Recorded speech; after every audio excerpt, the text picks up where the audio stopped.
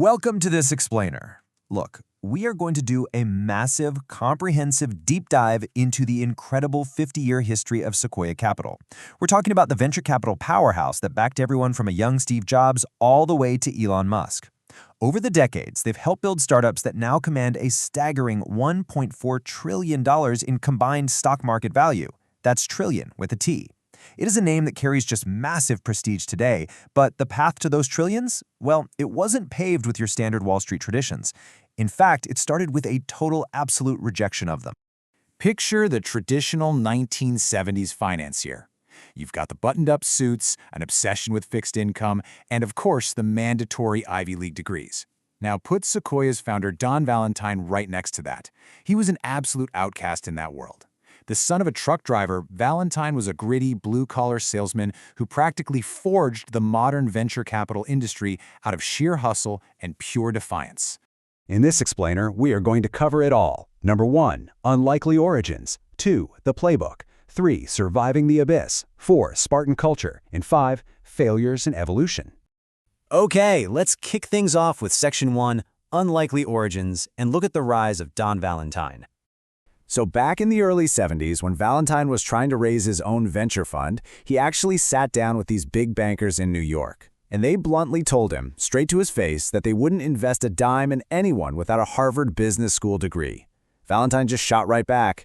I didn't go to Harvard Business School. I went to Fairchild Semiconductor Business School. Needless to say, those bankers entirely missed out. Now you might be wondering, how exactly did he get that Fairchild education? Well, he actually had a stint in the military teaching senior officers how to use modern technology, which, by the way, he jokingly compared to teaching a grandmother to use an iPhone. After that, Valentine moved out west to California, declared it the promised land, and aggressively scaled sales at a hot new startup called Fairchild Semiconductor. He literally took them from a few million to $150 million in annual sales.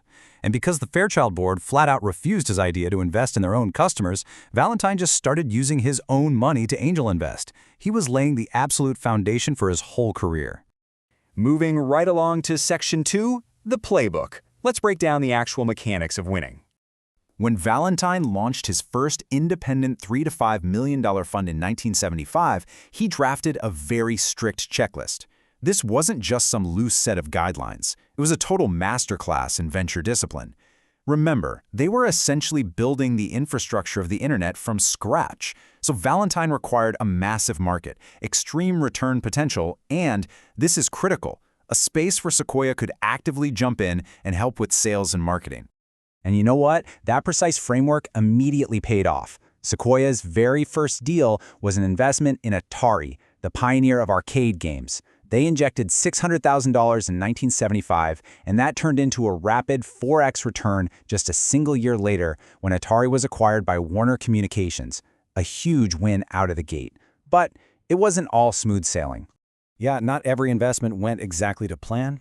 $6 million. That is what Sequoia walked away with when they prematurely sold their shares in Steve Jobs' Apple in 1979, right before the IPO. Valentine had funded Jobs early on, even though he literally noted that a young Jobs smelled a bit odd and looked like Ho Chi Minh, but Sequoia still ejected from the startup way too early. To put that mistake into perspective, think about Apple's modern market cap, $2.5 trillion. That represents the billions, honestly trillions of dollars Sequoia lost out on just by closing their position prematurely. It's that agonizing feeling a lot of retail investors know all too well, right? For Sequoia, it forced a massive top-to-bottom reevaluation of their strategy. But they learned their lesson beautifully. By 1987, Valentine invested $2.5 million into a little company called Cisco for a 30% stake. And this time, he didn't let go. He fully financed them up front, remained chairman of the board all the way into the mid-90s, and rode Cisco all the way up for just massive, enormous returns. That one deal established a permanent, long-term playbook for the firm's rising stars and newly hired leaders, Michael Moritz and Doug Leone. Which brings us to Section 3, Surviving the Abyss, the catastrophic dot-com crash. The sheer velocity of the dot-com crash was terrifying. In the late 90s, investors were just pumping massive, absurd amounts of money into any startup that had a .com in its name, completely ignoring traditional metrics. The Nasdaq peaked at over 5,400 in March of 2000, but by 2001, the bubble completely burst. It dragged down speculative internet startups everywhere, and it threatened to completely wipe out Sequoia's current fund. And things got incredibly dark.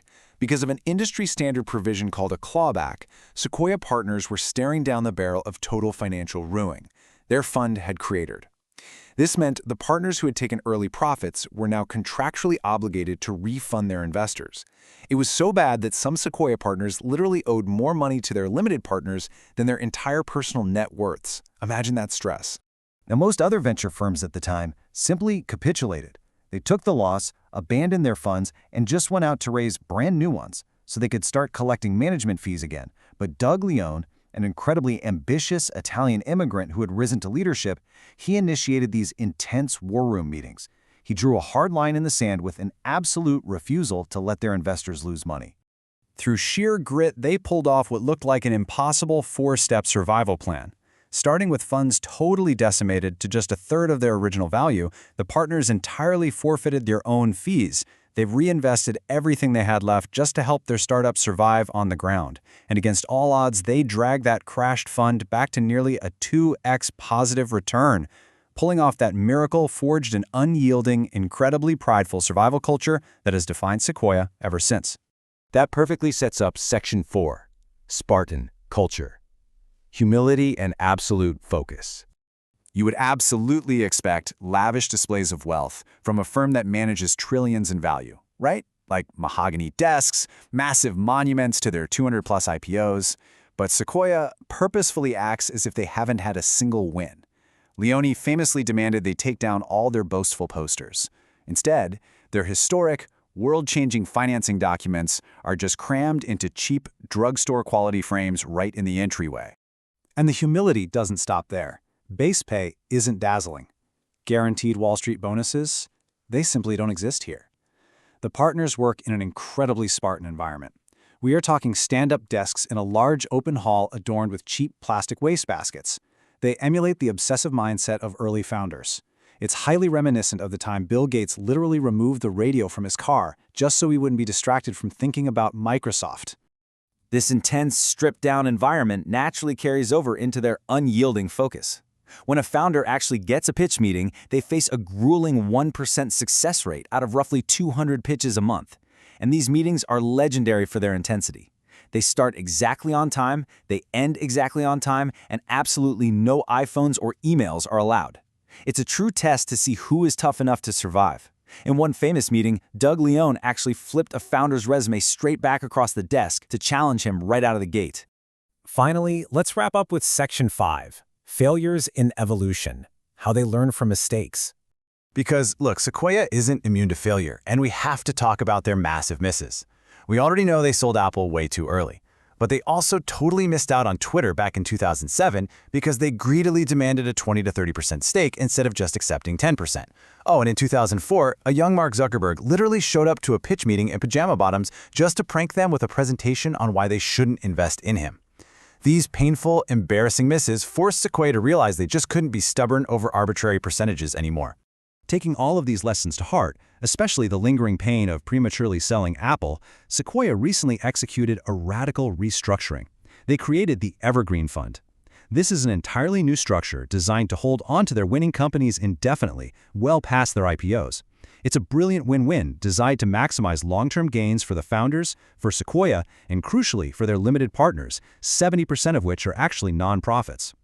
Founder Don Valentine passed away in 2019, but his legacy is deeply rooted.